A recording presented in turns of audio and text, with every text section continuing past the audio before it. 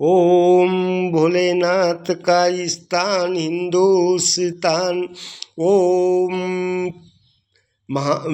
ओम महादेवगिरी नित्यानंद धाम।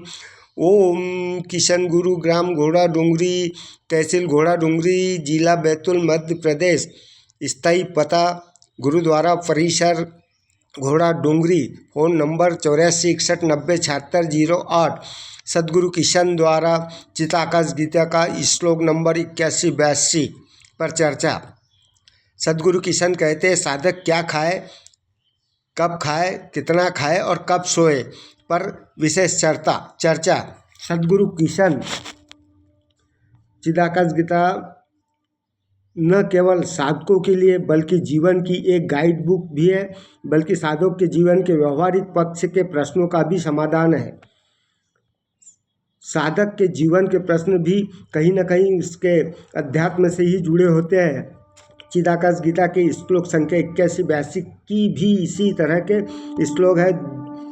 दो ही साधकों के भोजन और निद्रा से जुड़ी संख्याओं से संबंधित होते हैं, इसलिए दोनों को एक साथ पढ़ा जाना चाहिए, ऐसा हमारा मानना है। आप यहाँ तक पहुँचे हैं तो निश्चय ही चिताकाश गीता और भगवान महादेवगिरी नित्यानंद के बारे में जानते ही होंगे। हमारा सौभाग्य है कि हम जीव आत्मा से एक है। उन्हें ऐसे सद्गुरु के चरण शरण मिली, हम उनके लीलाओं की चर्चा कर सके, उनको सुने, दोहराए। कभी उन्हें समाधि की अवस्था में शुद्ध वाक्य बोलते थे। यह हमारा सौभाग्य है। भगवान महादेवगिरी नित्यानंद महाराज आधुनिक भारत के इन दुर्लभ सिद्ध संतों में से एक है जिनके बारे में कहा जा सकता है वह ब्रह्म से एक रूप हो चुके थे। उन्हें इस माया से आवृत संसार में जन्म लेने की आवश्यकता ही नहीं। निश्चय ही हम पादकी साधकों के उद्धार के लिए ही करुणावश हमारे बीच हृदय से प्रकट हुए। बाबा ने ब्रह्मलीन अवस्था में लीन जो भी कुछ कहा, साधकों ने उसे लिपिबद्ध कर दिया एवं स्वयं ही बाबा की अनुमति से नाम दिया चिताकाश गीता। इन दोनों श्लोक को सदगुरु किशन कहते हैं। भोजन को लेकर बहुत विशेष नियम नहीं है। ऐसा नहीं है कि साधकों को बिल्कुल ही भोजन नहीं लेना चाहिए या बहुत कम भोजन लेना चाहिए। भोजन के मामले में मूल बिंदु है, हमें नियम से भोजन लेना चाहिए। तब प्रश्न उठता है कि साधक कितना भोजन करे। इस पर सदगुरु किशन कहते हैं कि साधक को आधे पेट भोजन होना चाहिए, बाकी के 1/4 पानी और शेष 1/4 वायु के लिए छोड़ देना चाहिए। लेकिन ध्यान रहे, यह नियम साधकों के लिए है, सामान्य ग्रस्त के लिए नहीं। जिसे सांसारिक कामकाज भी करने हैं वह आधे पेट भोजन करेगा तो अपने कर्तव्यों का पालन नहीं कर पाएगा। इसी तरह सदगुरु किशन यह भी कहते हैं, साधकों को निद्रा से बहुत प्रेम नहीं रखना चाहिए, अर्थात बहुत अधिक नहीं सोना चाहिए। श्लोक संख्या 82 में इसे सदगुरु किशन ने इसे और स्पष्ट करके बताया है। सदगुरु किशन कहते हैं, आग हर वस्तु को जलाकर राख कर देती है, भले और बुरे में भेद नहीं करती। उसी तरह जो कुछ तुम खाते हैं उसे पाचन शक्ति भस्म कर देती है। लेकिन यह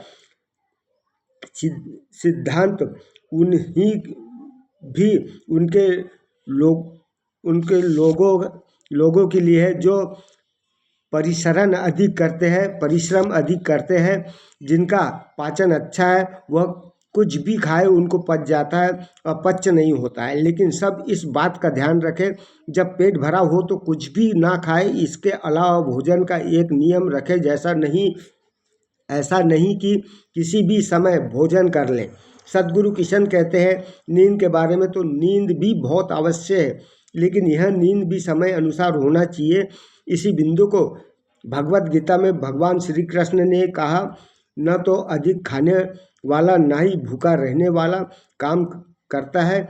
इसका मतलब है योग्य या ईश्वर की प्राप्ति के लिए व्यक्ति को ना तो ज़्यादा खाना चाहिए ना ही कम, बल्कि मध्यम मात्रा में खाना चाहिए। भगवत गीता के 6 अध्याय में 16वें श्लोक की चर्चा है।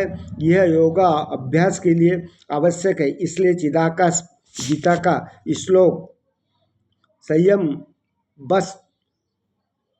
वस्तुलन के महत्व को दर्शाता है। आध्यात्मिक खाना या उपवास होना ही शरीर और मन को नुकसान पहुंचाता है, जिससे योग्य या ईश्वर की प्राप्ति कठिन हो जाती है। इसलिए चिदाकाश गीता में शिक्षा दी गई है, अपने जीवन में हर चीज़ में संतुलन रखना, संयम रखना चाहिए ताकि हम आध्यात्मिक प्रगति कर सकें। मित्रों, यह थी चिदाकाश गीता 81-82 की व्याख्या। जय महादेव गिरी नित्यानंद महाराज। हर हर महादेव की जय।